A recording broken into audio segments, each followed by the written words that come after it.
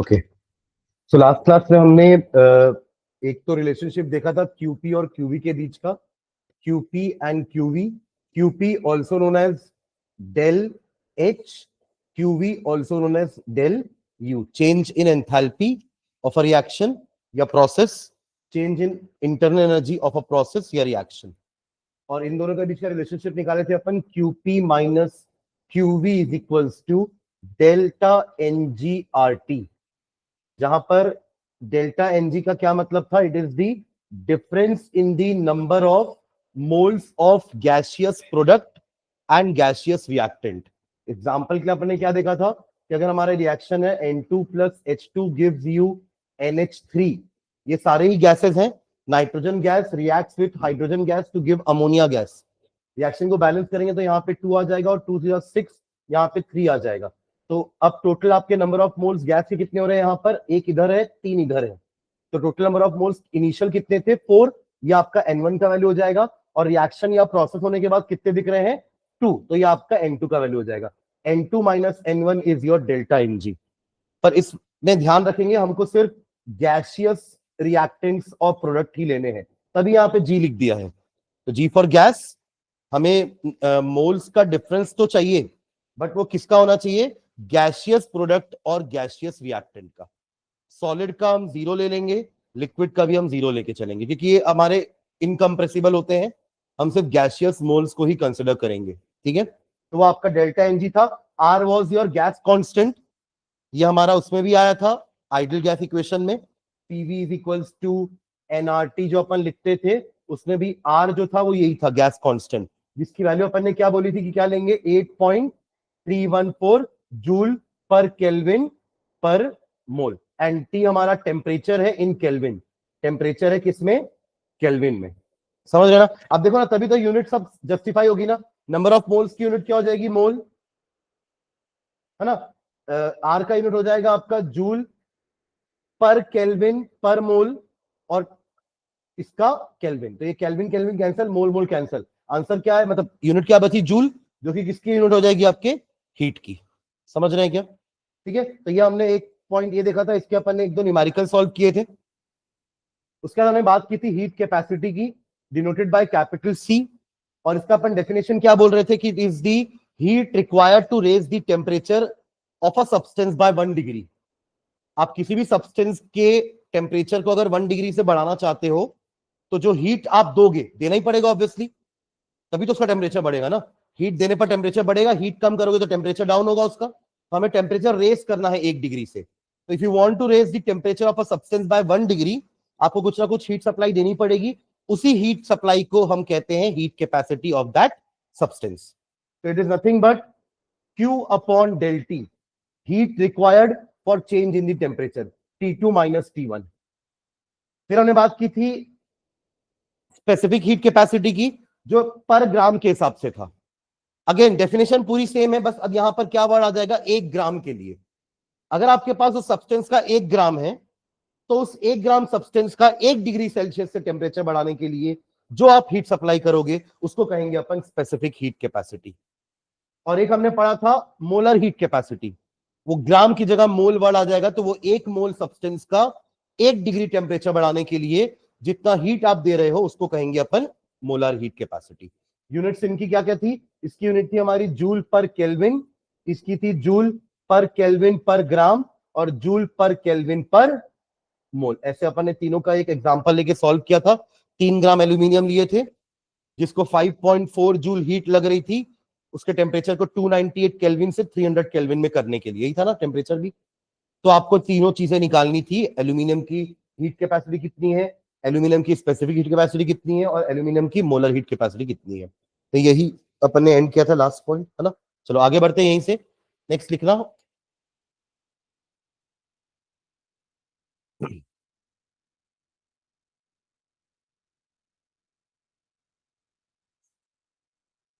Note करके point लिखो। The amount of heat, the amount of heat Q, the amount of heat Q, the amount of heat, जिसको अपन Q से represent करते हैं, Q required to raise the temperature, required to raise the temperature required to raise the temperature from T1 to T2, from T1 to T2, from T1 to T2 of mass m gram, of mass m gram of a sample, of a sample having specific heat, ये second number वाली है ना, specific heat या specific heat capacity दोनों बोल सकते हैं इसको, having specific heat small c, having specific heat small c can be calculated from the expression, can be calculated from the expression, can be calculated from the expression q is equals to c into m into del t, c into m into del t। देखो ये कोई नया formula नहीं है ना, हमने पिछली class में जो स्मॉल सी का फॉर्मूला निकाला था वहीं से हमने क्यू निकाला है बस। स्मॉल सी क्या था, heat required to raise the temperature of 1 gram of substance by 1 degree Celsius, यही तो था हमारा फॉर्मूला, याद है?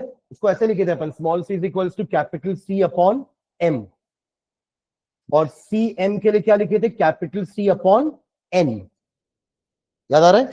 तो उसी फॉर्मूले से आया, ये कोई नया फॉर्मूला नहीं है, ठीक है? बस फॉर्मूले में अपन ने क्यू निकालना है। तो अगर आपको किसी सब्सटेंस का स्पेसिफिक हीट पता है, आपको उसका मास पता है, आपको मैंने एक सैंपल दे दिया एल्यूमिनियम का कि इतना ग्राम एल्यूमिनियम है, उसका अगर आपको स्पेसिफिक हीट पता है और आपको बताना है कि टेम्परेचर इतने डिग्री से इतने डिग्री बढ़ाना है, तो how much heat is required, तो हीट आ जाएगा, ठीक है? चलिए नेक्स्ट लाइन डालिएगा, ये नोट में लिख के ये फॉर्मूला लिख के छोड़ देंगे। नेक्स्ट लाइन डालेंगे, types of heat capacities, types of heat capacities.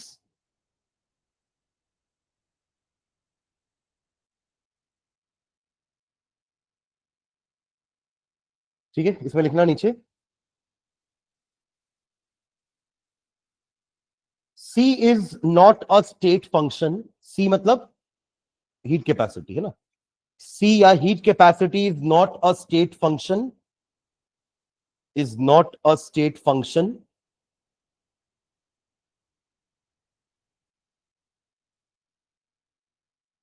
hence to know the value of C, hence to know the value of C, hence to know the value of C, comma, the conditions such as, the conditions such as constant volume or constant pressure have to be specified, have to be specified, constant volume और constant pressure have to be specified. देखो constant temperature नहीं हो सकता, क्योंकि आप तो बोल ही रहे हो ना कि स्पेसिफिक हीट का मतलब है टेम्परेचर रेज करना है बाय 1 डिग्री, तो यहाँ टेम्परेचर कांस्टेंट कैसे रहेगा? क्योंकि उसका डेफिनेशन में ही बोल रहे हैं कि specific heat is the heat required to raise the temperature, मतलब आप तो टेम्परेचर चेंज कर ही रहे हो ना, उसके लिए हीट कितना लगेगा यही तो निकालना चाह रहे हैं अपन, इसलिए अपन इसकी दो चीज में स्टडी करेंगे, constant volume, constant pressure. Basically ये स्टेट फंक्शन ही तो कौन सा फंक्शन होगा, ये पाथ फंक्शन। मतलब आप ये बताना चाह रहे हो कि आपने प्रोसेस को कांस्टेंट वॉल्यूम में कराया है या कांस्टेंट प्रेशर देकर के कराया है। प्रेशर को कांस्टेंट रख के भी अपन हीट सप्लाई कर सकते हैं, है ना, और कांस्टेंट वॉल्यूम यानी कि आपने क्लोज कंटेनर में ये काम करवाया है तो वॉल्यूम कांस्टेंट रहेगा। ओपन कंटेनर में देखो वॉल्यूम कांस्टेंट नहीं रहेगा, क्योंकि वॉल्यूम के लिए उसके पास पूरी स्पेस खाली है, बढ़ता रहेगा वॉल्यूम, तो वॉल्यूम चेंज होता रहेगा। पर अगर आपने कंटेनर को क्लोज कर दिया है, ऊपर से बंद है कंटेनर, तो गैस कितना भी एक्सपैंड हो जाए उसका वॉल्यूम चेंज नहीं होने वाला, क्योंकि ऊपर से बंद है ना। एक्सपैंड होकर के कितना पूरा का पूरा उस चेंबर को कवर कर लेगी गैस, उस तरह तो उसकी वॉल्यूम नहीं हो सकती।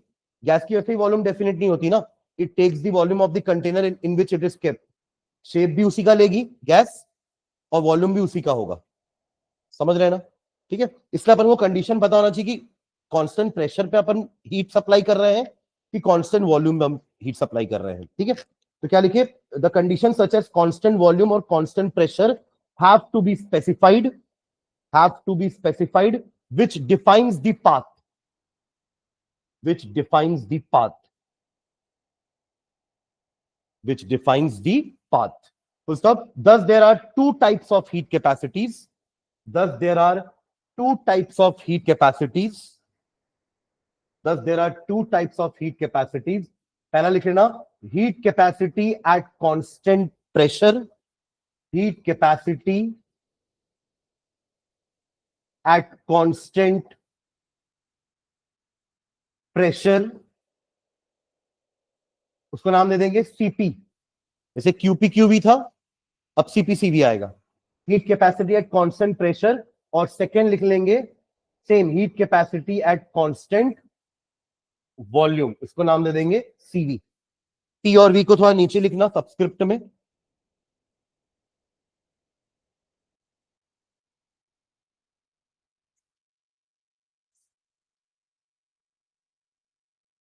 ठीक है. नेक्स्ट टाइम में लिखेंगे, we no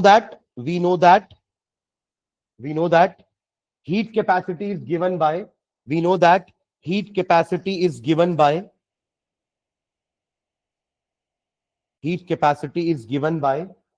C is equals to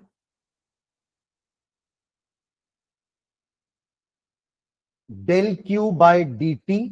अगर आपको टेम्परेचर थोड़ा सा बढ़ाना तो थोड़ी सी हीट देनी पड़ेगी, इसलिए स्मॉल हीट ले रहे हैं उसको पार्शियल साइन लेकर के ना. del Q by dt. Also from first law of thermodynamics,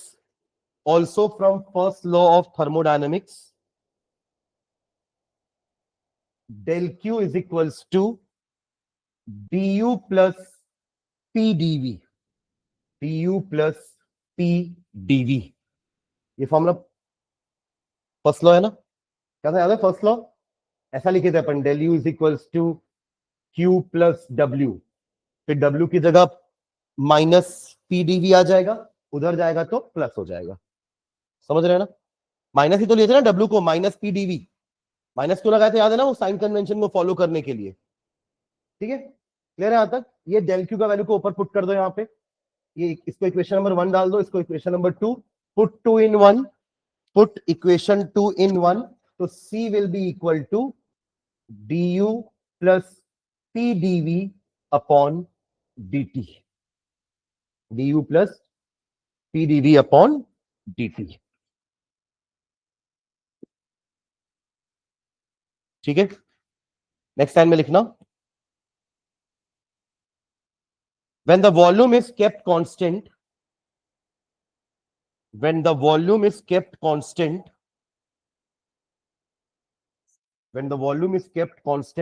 तो इसमें से क्या टर्म जीरो हो जाएगा? हाँ, मतलब dv जीरो तो p dv जीरो. तो इसको लिख देंगे therefore cv is equals to, क्या बचेगा? du by dt. cu is equals to du by dt. cv is equals to du by dt. ठीक है, यहां से आप लिख सकते हो, नीचे एक लाइन लिखना, the heat capacity at constant volume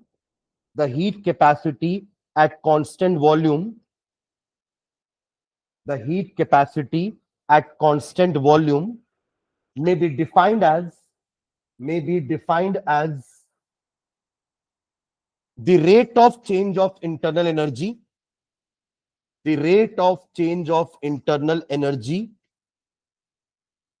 with temperature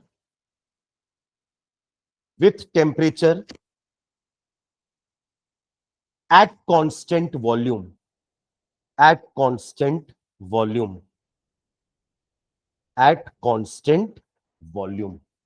ये सीवी का डेफिनेशन हो गया. ठीक है, जैसे अपन ने क्यूवी को डिफाइन किया था, याद है? क्यूवी क्या था? Del U. याद है? देखो कोई दूसरा फॉर्मूला नहीं, आप उसको इजीली याद रख सकते हो अगर आपको ये याद है तो. क्यूवी क्या था? डेल यू था. अगर मैं दोनों साइड टेम्परेचर से डिवाइड कर दूं तो यही तो आपका सीवी होता है, क्यू बाई टी. समझ रहे हैं क्या? तो इसकी जगह सीवी लिख दिया अपन, और ये तो यही लिखा हुआ है. समझ रहे क्या? तो अब इसको अपन कैसे डिफाइन करते थे? ऊपर वाले को क्यूवी क्या था हमारा? Change in internal energy is defined as the heat relieved और एब्सॉर्ब्ड एट कांस्टेंट वॉल्यूम. अब ऐसे अपन ने सीवी को डिफाइन किया कि सीवी इज द अब सिर्फ चेंज इन इंटरनल एनर्जी बोलना गलत हो जाएगा ना, क्योंकि नीचे टेम्परेचर भी है। जैसे आप लोग टाइम होता था तो रेट ऑफ चेंज ऑफ बोलते थे ना, rate of change of momentum या rate of change of velocity, acceleration. तो यहां पे भी तो रेट ऑफ चेंज ऑफ है, बट वो विथ रेस्पेक्ट टू क्या है, टेम्परेचर। तो rate of change of internal energy with respect to temperature. सिर्फ अगर मैं सिर्फ रेट ऑफ चेंज ऑफ बोल देता ना, तो वो टाइम के रेस्पेक्ट में ले लेता। इसलिए अपन को बताना पड़ेगा कि rate of change of internal energy तो है, बट किसके रेस्पेक्ट में है, टेम्परेचर के रेस्पेक्ट में है। That T is not time, it is temperature, right. अरे हाँ, है ना। जैसे अपन rate of doing work is called power बोल देते हैं, बोलते ना power is equals to energy upon time. तो वहां पर नहीं बोलते विथ रेस्पेक्ट टू टाइम, क्योंकि रेट मतलब वो टाइम से रिलेट करते हैं अपन। रेट ऑफ डूइंग वर्क, है ना, is known as power. Rate of change of velocity is acceleration. But यहां पे अपन विथ रेस्पेक्ट टू टेम्परेचर की बात करें, इसलिए rate of change of internal energy with respect to temperature is nothing but heat capacity at constant volume. ये अपन ने सीवी को डिफाइन किया, ठीक है। ऐसी सीपी भी निकालते हैं। सीवी के लिए क्या किया अपन ने, इसी इक्वेशन में क्या किया, डीवी को जीरो पुट कर दिया। क्यों डीवी को जीरो पुट किया, क्योंकि कांस्टेंट वॉल्यूम था। अपन ने अपने मन से जीरो नहीं किया ना उसको। कांस्टेंट वॉल्यूम का मतलब ये होता है कि V1 V2 बराबर है, और V1 V2 बराबर है तो डीवी क्या हो जाएगा, जीरो हो जाएगा। बिकॉज डीवी क्या होता है, V2 माइनस V1, तो इसलिए जीरो हो गया अपने आप, ठीक है। अब सेम काम अपन को इसी इक्वेशन में करना है, किसके लिए, टी कांस्टेंट रख के। किसको कांस्टेंट रख करके, टी। तो अपने आप ये सीपी हो जाएगा, ठीक है। चलो लिखो नीचे, when the pressure is kept constant, when the pressure is kept constant, when the pressure is kept constant, इसको इक्वेशन नंबर 3 दे देना। इक्वेशन 3 बिकम्स सी की जगह सीपी लिख दूं क्या, चलेगा। और इन दोनों को अलग अलग कर देते हैं, du by D t and du by D T plus p dv by dt। अब तो dv जीरो नहीं होगा ना, ठीक है, dv बाय dt, ठीक है, डन। नेक्स्ट लाइन में, we know that h is equals to u plus pv। ये पढ़ चुके हैं अपन, enthalpy, heat content, h is equals to u plus pv। Equation को इंटीग्रेट कर देते, सॉरी डिफरेंशिएट कर देते, नीचे लिखना, differentiating above equation with respect to t, differentiating above equation with respect to t, क्या हो जाएगा बताओगे क्या, इधर आएगा dh बाई dt, होगा ये वाला डिफरेंशिएशन, कुछ करना थोड़ी ना इसमें, is equals to du by dt plus p क्या है, कांस्टेंट। अपने ऊपर लिख दिया ना कि एट कांस्टेंट प्रेशर, तो p dv बाय dt। सही आ रहा है, हाँ। ये अपन ने अपने एंथैल्पी के डेफिनेशन से लाया है ना, और उसी को क्या कर दिया, यहां पे आपने एक स्टेप लिखा है, differentiating the above equation with respect to T temperature. अब आप अगर इन दोनों को कंपेयर करोगे तो आपको क्या दिख रहा है, राइट साइड दोनों का सेम है, तो आप लेफ्ट साइड को इक्वेट कर सकते हो। अरे हाँ, है ना। तो देयरफॉर आप इसको भी कुछ इक्वेशंस के नाम दे दो। उसको क्या 3 दिया ना आपने, इसको 4 दे दो, इसको 5 दे दो। तो नीचे लिखना, from 4 and 5, from 4 and 5 Cp is equals to dH upon dt, Cp is equals to dH upon dt। अब इसको डिफाइन कर लोगे जैसे अभी Cv डिफाइन किए थे, ऊपर Cv डिफाइन किया हो ना अभी, rate of change of internal energy with respect to temperature. तो ये क्या हो जाएगा, rate of change of enthalpy with respect to temperature. Complete कर लो उसका भी डेफिनेशन। एट कांस्टेंट प्रेशर लिखना मत भूलना, है ना, वहां एट कांस्टेंट वॉल्यूम लिखो, यहाँ एट कांस्टेंट प्रेशर होगा। चाहिए तो आप इसको ब्रैकेट में बाहर P लिख लो और इसके ब्रैकेट के बाहर V लिख लो, तो आपको याद रहेगा कि कांस्टेंट वॉल्यूम पर वो चीज हुई है, ये कांस्टेंट प्रेशर पे हुआ है। तो ये CPCV हो गया, जैसे QPQV निकाले थे वैसे CPCV है।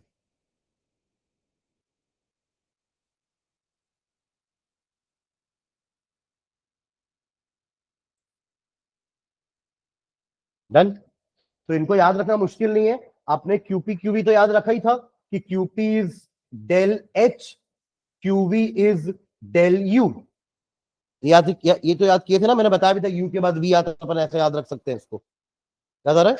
फिर इसी में आप दोनों साइड में टेम्परेचर से डिवाइड कर दो, तो ये हो जाएगा Cp del H by del T, और ये हो जाएगा Cv del U by del T. तो यही दो डेफिनेशन अभी आपने लिखी है, समझ रहे हैं क्या। अब जैसे अपन ने QP QV का रिलेशन निकाला था, QP minus QV is equals to delta n g R T, वैसे ही सीपी और सीवी का भी एक रिलेशनशिप निकालेंगे, ठीक है। अब ये तो अपन ने डिफाइन किया सीपी सीवी को, नेक्स्ट टाइम में लिखना relation between CP and CV, relation between CP and CV, relation between CP and CV.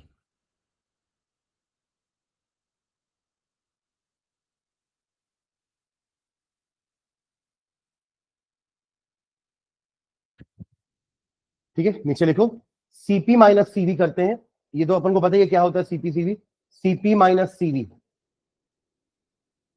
दोनों को पुट कर दो, क्या है सीपी डेल एच अपॉन, या डीएच लिखे ना फिर पीछे, dH upon d T minus d U upon d T, यही से चालू करेंगे, ठीक है। नेक्स्ट टाइम में लिखना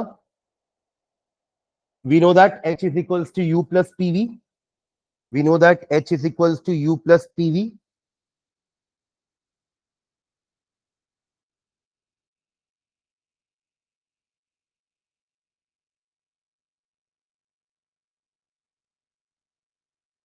H is equals to U plus PV. Also from ideal gas equation, PV is equals to RT. अगर अपन N की वैल्यू को 1 ले लेते हैं तो, है ना, 1 mole of gas, PV is equals to RT। Put कर दीजिए PV की वैल्यू ऊपर H के इक्वेशन में, H is equals to U plus RT, PV की जगह RT रख दिए, ठीक है। Now differentiate this equation again with respect to T, differentiate करिए,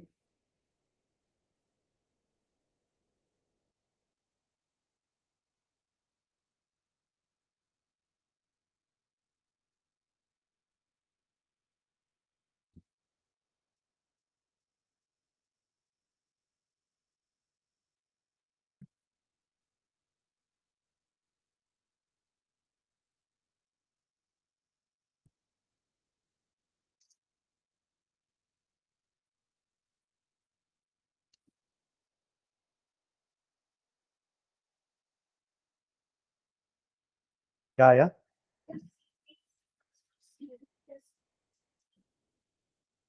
अच्छा रिप्लेस भी कर दी क्या, ठीक है।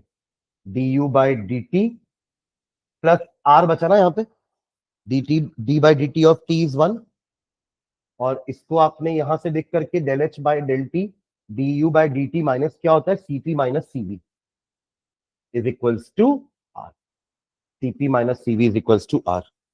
वहां क्या था relation, QP minus QV is equals to delta NG, जो यहां भी आ सकता है, वो तो मैंने 1 ले लिया इसलिए अपन यहाँ कुछ लिखे नहीं है ना, और आर इंटू टी, टी यहाँ क्यों गायब हो गया, क्योंकि आपको पता है कि टी तो नीचे चला जाता है ना इनके, आप ऊपर ओवरऑल टी से डिवाइड करोगे तो टी टी कैंसिल नहीं हो जाएगा, तो अल्टीमेटली यहाँ पे एनआर ही बचना चाहिए, यस और नो।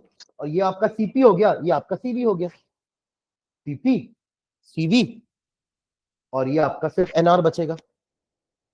अगर अपन ने एन को 1 नहीं लिया होता तो वो एनआर लिखते ना, अदरवाइज सिर्फ आर लिखेंगे अगर आप एन के वैल्यू 1 कंसिडर कर रहे हो तो, ठीक है। पर अपन ने यहाँ पे सीपी माइनस सीवी ही क्यों किया, ये भी समझना जरूरी है, why not CV minus CP, ऐसा भी तो कर सकते थे ना अपन। उसका रीजन है कि सीपी जो है ना वो सीवी से बड़ा होता है वैल्यू में। अब कैसे इसको थोड़ा कंसेप्चुअली समझने की कोशिश करते हैं। मान लीजिए आप अगर कांस्टेंट वॉल्यूम पे रिएक्शन करवा रहे हो, समझना यहाँ पे है ना, कांस्टेंट वॉल्यूम है यानी कि आपका कंटेनर क्या है, क्लोज है ना, तो उस केस में अगर मैं यहाँ पर हीट सप्लाई करता हूं तो एक्सपेंशन तो कुछ होना नहीं वाला है, एक्सपेंशन तो आप तब बोलोगे ना जब वॉल्यूम चेंज होगा। इस कंटेनर का वॉल्यूम V1 है समझ लीजिए, और कंटेनर क्लोज्ड है, तो गैस कितना भी एक्सपैंड हो जाए उसका वॉल्यूम V1 ही रहेगा। समझ रहे हो मैं क्या बोल रहा हूं, अगर वो हमारा पिस्टन वाला अरेंजमेंट होता जिसमें पिस्टन फ्रिक्शनलेस था, तो हीट सप्लाई करने पर V1 से बढ़ के वॉल्यूम कितना हो जाता, V2 हो जाता। तो आप बोलते कि कुछ वर्क ऑफ एक्सपेंशन हुआ है, बट यहाँ पे तो वर्क ऑफ एक्सपेंशन कुछ हो ही नहीं रहा है। वर्क ऑफ एक्सपेंशन तो आप तब बोलोगे ना जब वॉल्यूम में चेंज आएगा। ये तो कांस्टेंट वॉल्यूम का प्रोसेस हो रहा है। तो इस केस में आप जितना भी हीट सप्लाई करोगे, जितना भी हीट सप्लाई करोगे, वो पूरा का पूरा टेम्परेचर ही बढ़ाएगा। क्या बढ़ाएगा, टेम्परेचर बढ़ाएगा हमारे सिस्टम का। Work of expansion is zero, work done is zero, correct. अब अगर आप सेम प्रोसेस को कांस्टेंट, एक सेकेंड, कांस्टेंट प्रेशर पे कराते हो, यानी वॉल्यूम चेंज हो सकती है, प्रेशर कांस्टेंट है। अभी ये वाले हीट को अपन क्या बोले हैं, Q बाई टी को अपन क्या नाम देंगे, CV। अब सेम प्रोसेस को मैं एक कांस्टेंट प्रेशर के सिचुएशन में करवाऊंगा, तो उस केस में तो एक्सपेंशन भी होगा। यहां तो वॉल्यूम कांस्टेंट था इसलिए एक्सपेंशन नहीं हो रहा था, वहां तो एक्सपेंशन भी होगा। मतलब जितनी भी मैं हीट देने वाला हूं, वो दो काम करने वाली है, एक्सपेंशन भी करेगी और टेम्परेचर भी बढ़ाएगी। एग्जैक्टली अपन हीट इसलिए तो दे रहे ताकि टेम्परेचर बढ़ सके। यहां पे सिर्फ टेम्परेचर बढ़ाने में काम आई वो हीट, क्योंकि एक्सपेंशन तो कुछ हो नहीं रहा है। तो all the heat given at constant volume is utilized to raise the temperature, but in the case of constant pressure कुछ एक्सपेंशन होगा।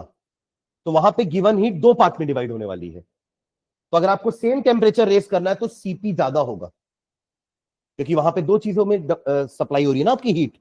एक एक्सपेंशन में जा रही है, कुछ हीट एक्सपेंशन में यूज हो रही है, और बची हुई हीट से टेम्परेचर रेज हो रहा है। तो अगर आपको दोनों केस में सेम टेम्परेचर से बढ़ाना है अपने सिस्टम को, तो आपको सीपी ज्यादा देना पड़ेगा, तो क्यू ज्यादा देना पड़ेगा in the case of constant pressure, और क्यू कम देना पड़ेगा in the case of constant volume. समझ में आया कि नहीं क्या बोल रहा हूं मैं, फिर से समझना।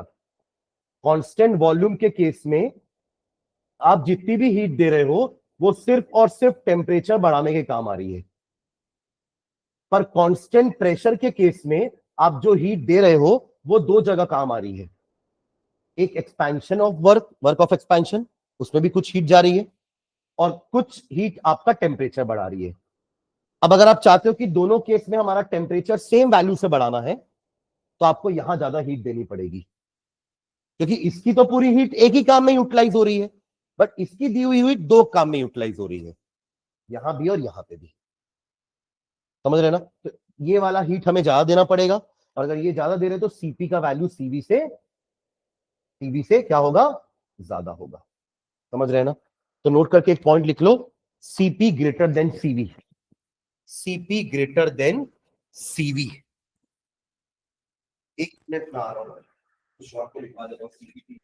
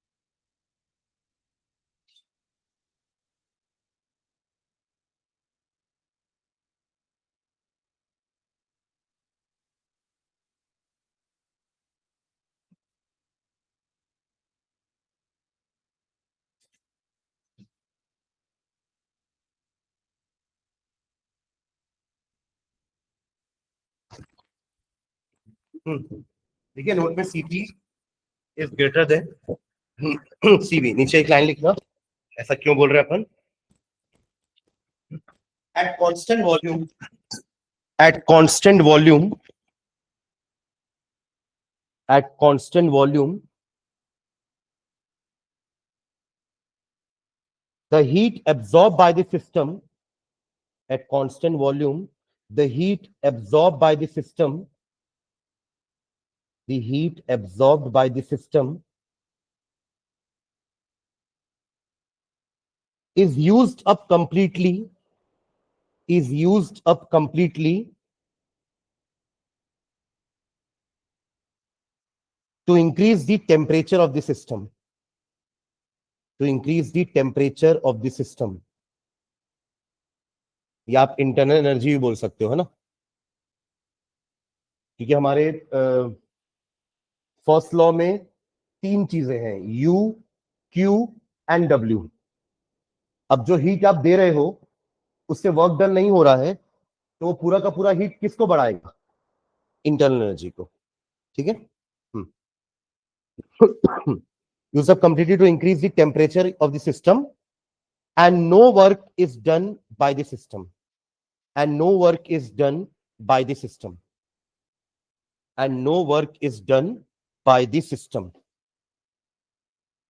क्योंकि वॉल्यूम कांस्टेंट है तो एक्सपेंशन होगा नहीं, तो सिस्टम कुछ काम नहीं करेगा। ठीक है, no work is done by the system, या ये भी हो सकता है कि work of expansion is zero, एक ही मतलब है। ठीक है, full stop. If the pressure of the system is kept constant, if the pressure of the system is kept constant, if the pressure of the system is kept constant and heat is supplied to the system, and heat is supplied to the system,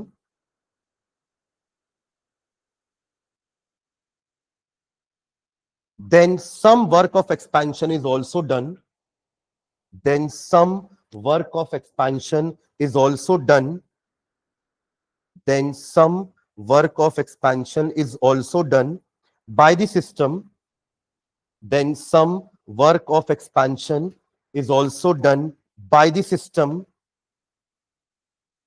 in addition to increase in temperature. In addition to the increase in temperature. Last sentence. Thus, if at constant pressure, thus, if at constant pressure, thus, if at constant pressure, the temperature of the system, the temperature of the system, the temperature of the system, thus at constant pressure, the temperature of the system is to be raised through the same value, is to be raised through the same value, is to be raised, is to be raised through the same value, is to be raised through the same value as at constant volume, as at constant volume, then some extra heat is required, then some extra heat is required. Hence Cp greater than Cv. Hence Cp greater than Cv. Hence Cp greater than Cv. ठीक है, चलिए next एक hand डालेगा, endothermic and exothermic reactions, endothermic and exothermic reactions,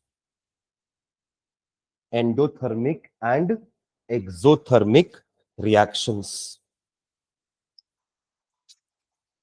ठीक है, इसको अपन कैसे define करते हैं, 10th क्लास में पढ़ते थे ना कि reactions in which heat is released या इवॉल्व्ड, उसको हम क्या बोलेंगे, एक्सोथर्मिक रिएक्शन, और जिसमें हीट एब्जॉर्ब हो रही है उसको बोलेंगे एंडोथर्मिक। लिखो डेफिनेशन नीचे। हेलो,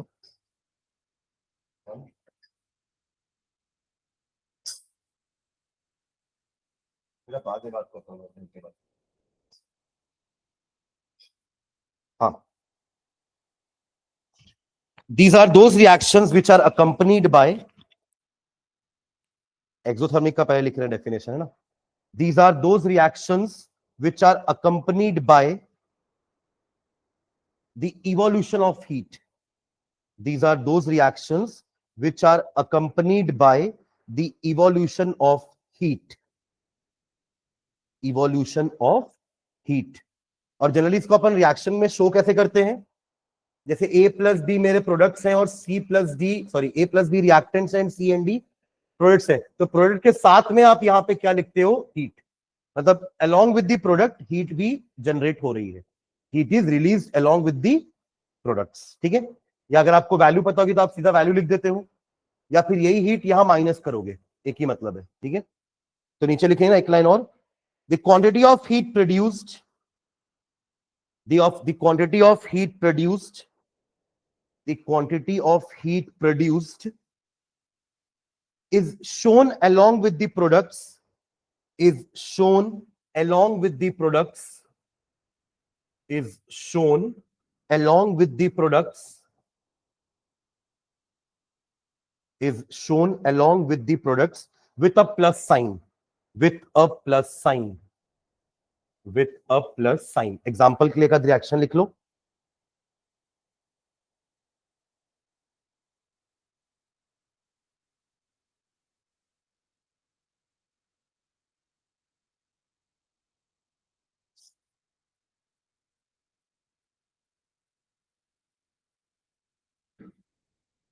ठीक है। नेक्स्ट लाइन में एंडोथर्मिक का डेफिनेशन लिखेंगे। Endothermic reactions are those in which, endothermic reactions are those in which, endothermic reactions are those in which heat is absorbed. यहां पर आपने लिखा है heat is released या evolution of heat, heat is absorbed. Endothermic reactions are those in which heat is absorbed, full stop. The heat absorbed can be written, the heat absorbed can be written, the heat absorbed can be written with a plus sign along with the reactants, with the plus sign along with the reactants, or with a minus sign with the products, or with a minus sign with the products, or with a minus sign with the products.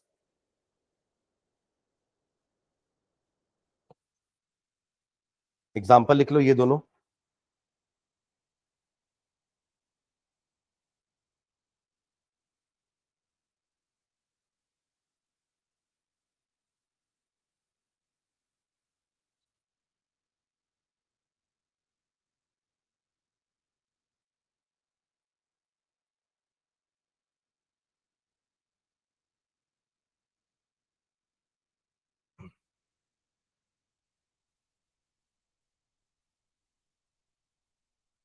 ठीक है। नीचे में लिखना, in general for a reaction, in general for a reaction,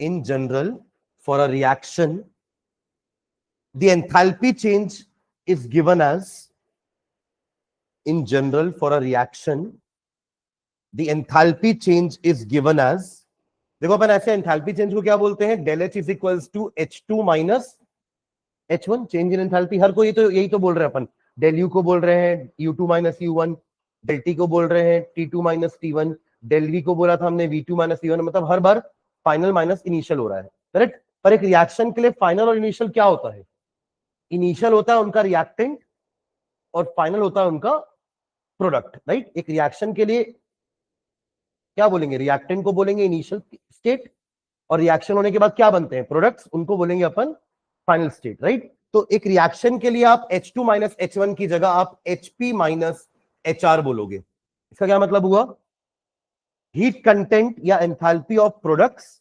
minus enthalpy of reactants, या heat content of the reaction reactants, इसी को बोलेंगे अपन enthalpy change. यही लिख रहे हैं अपन कि in general for a reaction enthalpy change can be written as del H is equals to HP minus HR। H और P नीचे लिखना सबस्क्रिप्ट में, minus H capital R subscript में लिखना, और दोनों का मीनिंग लिख लो नीचे। HP और HR का मतलब क्या है? Where HP is the heat content of products, HP is the heat content of products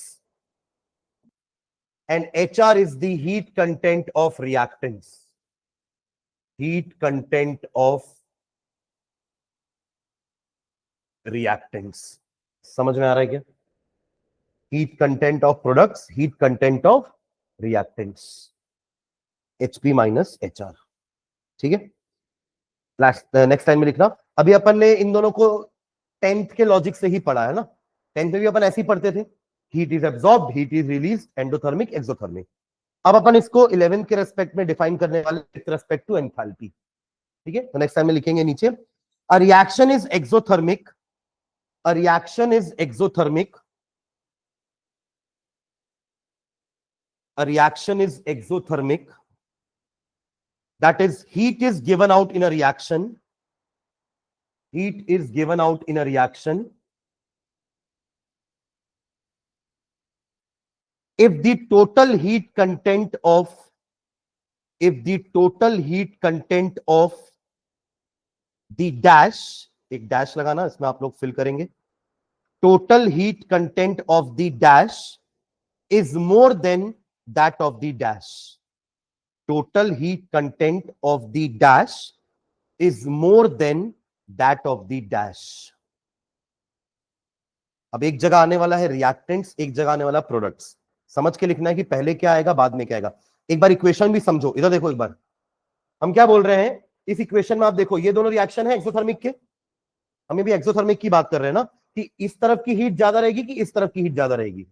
अब देखो आप क्या लिख रहे हो, H मतलब ये reactant is equals to this plus this, मतलब इनकी एनर्जी ज्यादा नहीं दिख रही आपको, आप इक्वेट कर रहे हो ना, this is equals to this plus this, कहने का मतलब इनकी एनर्जी ज्यादा होगी, तो HR की वैल्यू जो है वो HP से ज्यादा होगी।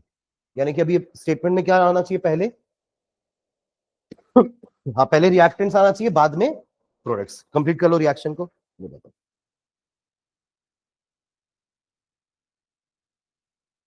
The heat content of the reactant is more than that of the product, that is HR greater than HP, HR greater than HP। तो इस केस में हमारा डेल एच का साइन क्या आएगा, नेगेटिव, क्योंकि डेल एच तो हमेशा HP माइनस HR ही होगा। ठीक है, तो नीचे लिखना, so for a exothermic reaction, so for an exothermic reaction, so for an exothermic reaction del H is negative, del H is negative। अब सेम चीज आप एंडोथर्मिक के लिए लिख सकते हो क्या, ऊपर जो लाइन आपने पूरी लिखी, रिएक्शन इज एंडोथर्मिक, कंप्लीट करेंगे लाइन पूरी, रिएक्शन इज एंडोथर्मिक। अब कंप्लीट करो तो ऊपर की लाइन पूरी, यहां तक लिखना बस, del H is equals to क्या लिखेंगे, पॉजिटिव।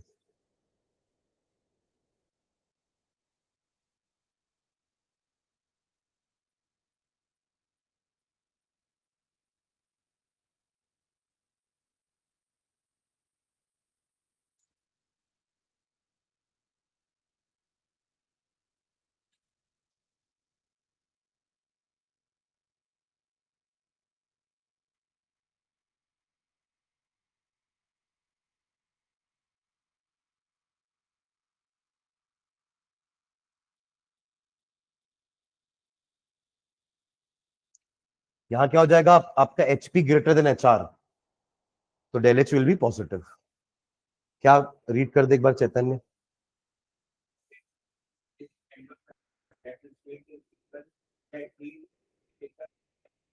टेकन आउट, गिवन की जगह टेकन लिखने से काम बन जाएगा क्या, आउट भी तो कुछ करना पड़ेगा ना। सीधा गिवन आउट को हटा के एब्जॉर्ब भी तो लिख सकते हैं, वो चेंज किया कि नहीं, यही सुनना चाहता था एक्चुअली मैं। गिवन आउट नहीं होगा ना यहाँ पर, क्योंकि एक्सोथर्मिक में हीट इज गिवन आउट, यहाँ तो हीट इज एब्जॉर्ब्ड होगी, या टेकन इन लिख दो, दोनों को उल्टा करना भाई। गिवन आउट टेकन आउट क्या होगा, देखिए मतलब हो गया गिवन आउट टेकन आउट, ठीक है। तो एब्जॉर्ब लिख दो उसको, गिवन टेकन की जगह एब्जॉर्ब, और वहां भी आप चाहो तो रिलीज लिख सकते हो, है ना। तो if the heat is absorbed, heat absorbed is in a reaction is greater इन क्या, प्रोडक्ट देन दी रिएक्टेंट्स। तो HP minus HR, HP is greater than HR, और उसका जो डिफरेंस आएगा वो क्या होगा, पॉजिटिव, ठीक है। तो ये हमारा नया डेफिनेशन समझ लीजिए एंडोथर्मिक एक्सोथर्मिक का, कि for endothermic reaction del H is positive and for exothermic reaction del H is negative. बहुत इंपॉर्टेंट पॉइंट है दोनों, है ना, ठीक है। तो नेक्स्ट लाइन डालेगा thermochemical equations, thermochemical equations, thermochemical equations,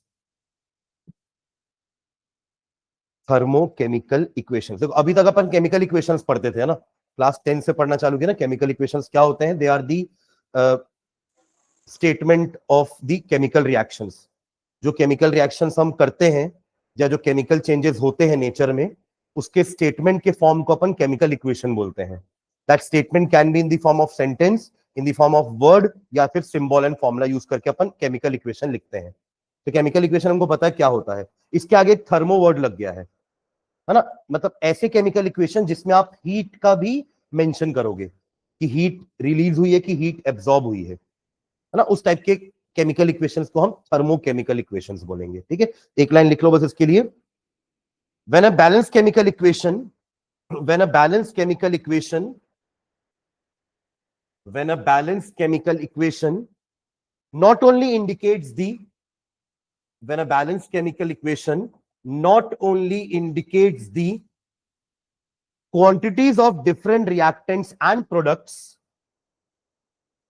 when a balanced chemical equation not only indicates the quantities of reactants and products, reactants and products, but also indicates the amount of heat evolved or absorbed, but also indicates the amount of heat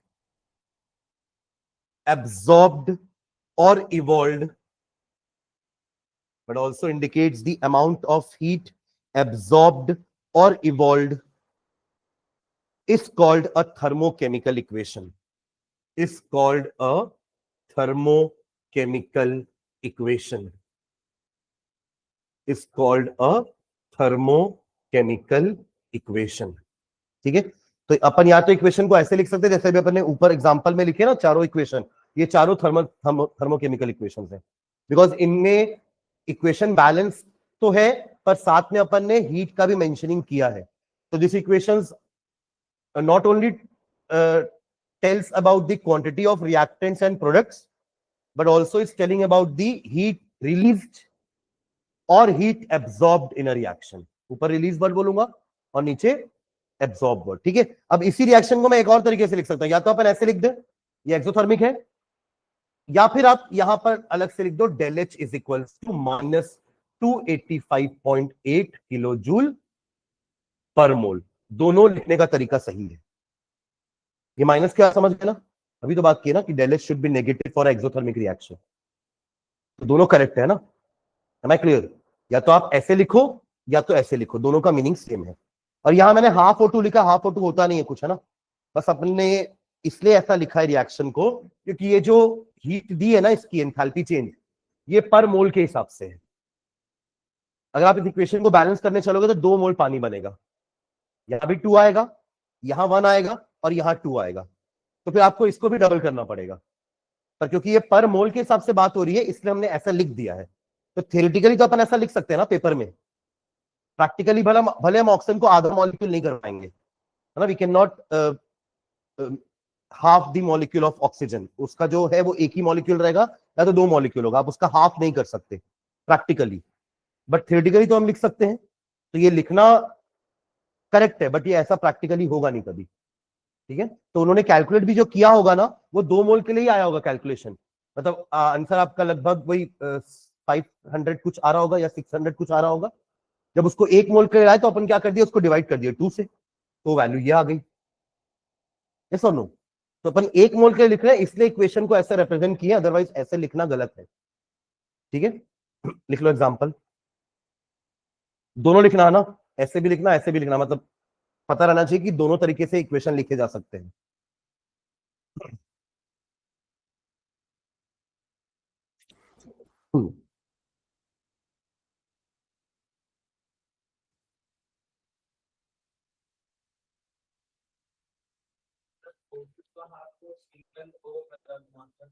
लिख सकते हैं, but actually वो ओ लिखना तो और गलत है, वो भी तो गलत है ना, सिंगल एटम नहीं होता कभी, तो हाईली रिएक्टिव है ना, हमेशा कभी ना कभी वो एक और होकर कंबाइन होकर O2 बना ही देगा, तो वो लिखना भी गलत है और ये लिखना भी गलत है, पर कोई एक तो गलत लिखना पड़ेगा, ये बैलेंसिंग भी दिखाना है ना अपने को, कि यहाँ पे दो एटम है ऑक्सीजन हाइड्रोजन के, यहाँ पे दो एटम है, यहाँ पे एक एटम, यहाँ पे एक atom.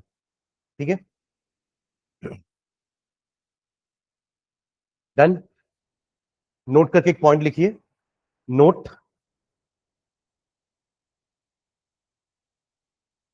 Standard enthalpy. Standard enthalpy का मतलब क्या होता है लिखते हैं, अभी तक तो अपन एंथैल्पी एंथैल्पी बोल रहे थे, अब स्टैंडर्ड वर्ड लगा दिया आगे अपन आगे। जैसे अपन ने एसटीपी पढ़ा था, याद है आपको? टीपी तो पता अपन को क्या होता है, टीपी मतलब टेम्परेचर एंड प्रेशर, पर आगे एस वर्ड लगे थे, तो एस का मतलब क्या था, स्टैंडर्ड, और वैल्यू फिक्स थी, आपको याद है 273 केल्विन थी, और प्रेशर का वैल्यू 1 एटीएम था, राइट, तो वो फिक्स था वैल्यू। वैसे यहां पे भी स्टैंडर्ड एंथैल्पी का मतलब क्या है, जब किसी रिएक्शन की एंथैल्पी स्टैंडर्ड कंडीशन पे मेजर की जा रही है तो उसको कहेंगे स्टैंडर्ड एंथैल्पी चेंज। बाकी आपने कंडीशन चेंज कर दी तो जाहिर सी बात है उसकी उसकी जो वैल्यू है वो चेंज हो जाएगी। तो अभी जो अपन ये रिएक्शन लिख दिया ना वाटर का, ये एक स्टैंडर्ड कंडीशन पे ये एंथैल्पी कैलकुलेट की हुई है, इसलिए ये हमेशा फिक्स रहेगी। अगर आपने टेम्परेचर प्रेशर चेंज किया तो ये वैल्यू चेंज हो जाएगी। ठीक है, तो नीचे लिखना क्या लिखे, standard enthalpy of a reaction, hyphen डाल के लिखो, it is the enthalpy change accompanying the reaction, it is the enthalpy change accompanying the reaction. और एंथैल्पी चेंज रिएक्शन का कैसे निकालते हैं, एचपी माइनस एचआर, वही heat content of the product minus heat content of the reactant, अभी ऊपर लिखे ना अपन डेफिनेशन। तो स्टैंडर्ड एंथैल्पी चेंज का मतलब क्या, it is the enthalpy change accompanying the reaction when all the reactants and products, when all the reactants and products, when all the reactants and products are taken at standard condition, are taken in their standard condition, are taken in their standard condition.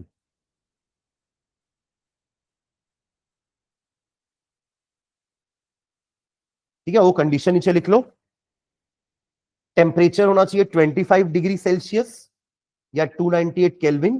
देखो ये वाला standard condition और वहां का standard condition अलग अलग है ना, एसटीपी जो अपन बोलते थे वो अलग है और यहाँ का स्टैंडर्ड कंडीशन अलग है।